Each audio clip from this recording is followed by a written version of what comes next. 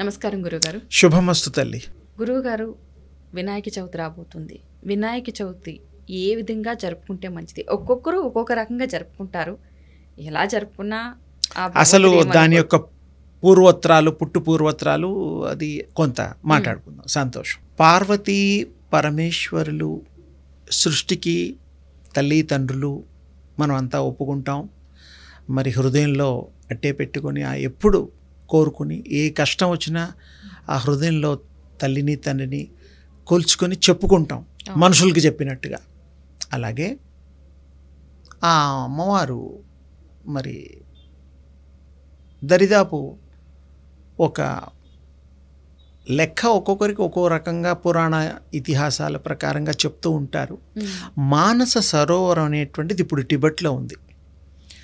నేను కూడా 85 ఆ టైంలో, తర్వాత కూడా 2-3 సార్లు వెళ్ళడం జరిగింది. అక్కడ విశేషాలు కూడా నేను చాలా చర్చ చేసి కొన్ని ఛానల్స్లో గతంలో చెప్పాను. ఈసారి మనం విశేషంగా మన ఛానల్లో కూడా ఆ యొక్క సుమధురమైనటువంటిది, సుందరమైనటువంటిది, అద్వితీయమైనటువంటిది, ఎంతో ఊహాతీతమైనటువంటి శక్తి కలిగినటువంటి మానస సరోవరం. మానస అంటే హృదయం అని అందరికీ తెలుసు. హృదయము సరోవరం. సరోవరము అంటే కొంతమంది నీరు అనే పదాలు కూడా వాడతారు. ఇక్కడ ఆధ్యాత్మికంగా మనం తీసుకోవాల్సింది ఏంటంటే ఆ యొక్క విశ్వ శక్తి సరోవరము, శక్తి ప్రసాదించేటువంటి వరాన్ని ఇచ్చేటువంటిది అని కూడా ఒక అర్థం మనం యోగా మరి అభిలాషకులు తీసుకుంటూ ఉంటారు. అక్కడ మానస సరోవరంలో కైలాష్ పర్వతం అనే ఒకటి ఉంటుంది. అక్కడ కైలాసనాథుడు ఆయన తపస్సు చేసుకున్న స్థలం అని కూడా చరిత్ర ఉన్నది. దేవుడు కూడా తపస్సు చేసుకోవడం ఏమిటంటే ఆయనే శక్తిమయుడు కదా, ఇంకా ఎందుకండి అంటే ఆ శక్తిని ప్రసరింపచేసేటువంటి క్రియ ఆ యోగము. తర్వాత ఇంకా శక్తిని, ఆయనలో ఉండేటువంటి శక్తిని నలుదిశలా ప్రసరింపజేయడం అనేటువంటిది, వ్యాప్తి చేసే అటువంటి దిశగా కూడా వారు ఆ యొక్క కార్యక్రమాలు చేస్తుంటారు. వారు స్వీకరిస్తూ ఉంటారు, ఇస్తూ ఉంటారు. ఈ మన అకల్టిజంలో ఆ యొక్క స్వామికి కైనెటిక్ ఎనర్జీ అనేది ఒక పేరు ఉన్నది. కైనెటిక్ ఎనర్జీ అంటే నడయాడే శక్తి అని తెలుగులో అర్థం. మూలశక్తి ఆది పరాశక్తి అమ్మవారు. ఆవిడ లోంచి ఈయన ఆ తల్లి ఉద్భవం జరుపుతుంది తండ్రిని.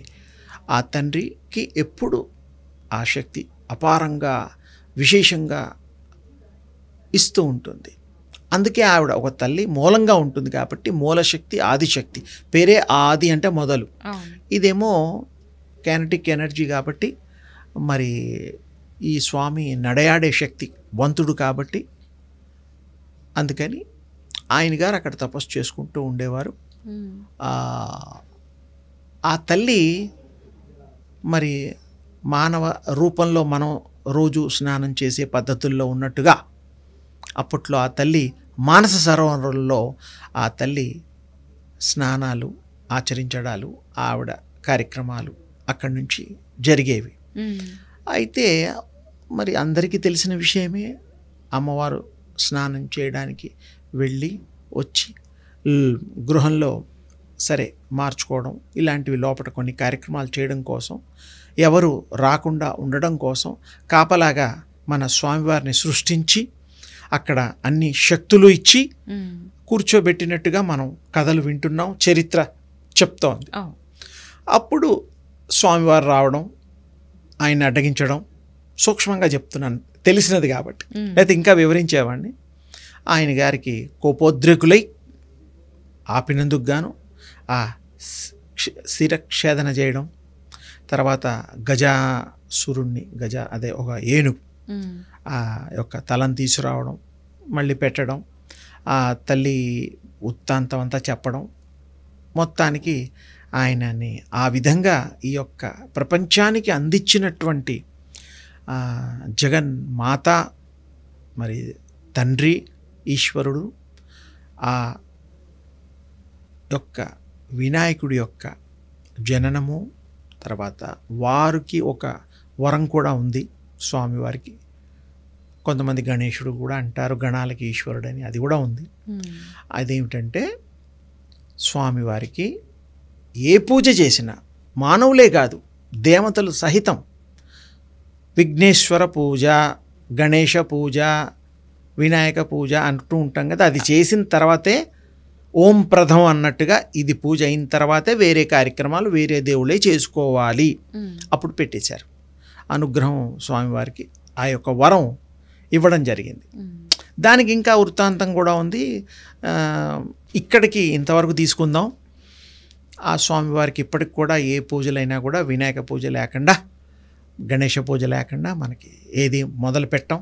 శుభమా అంటూ ఓం ప్రథమం ఎంతో ఇది అంతే.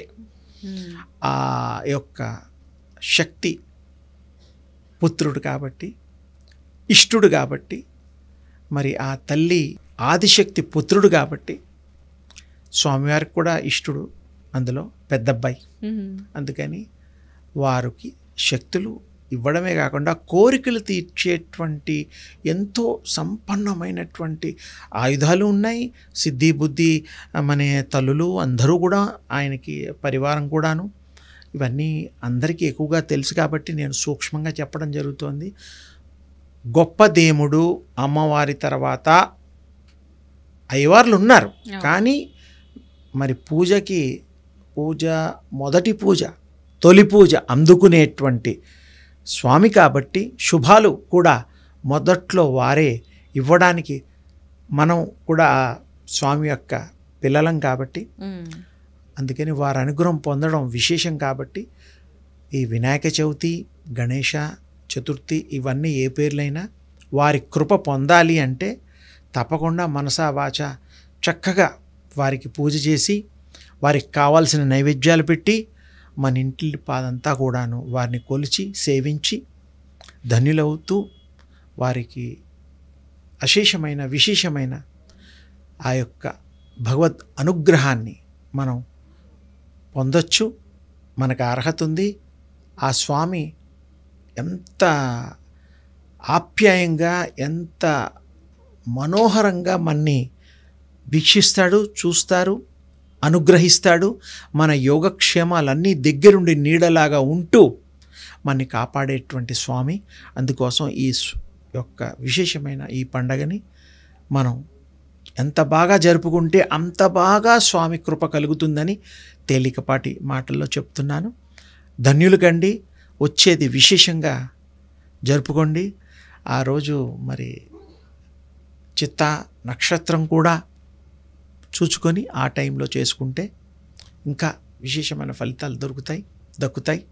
అందుకని వారి కృప పొందడానికి మీ అందరికీ కూడా సర్వకాల సర్వావస్థలందు కూడా మీకు కృప కలగాలని కోరుతూ ఆశీర్వదిస్తున్నాను. ధన్యవాదాలు గురువు గారు, చాలా చక్కగా వివరించారు.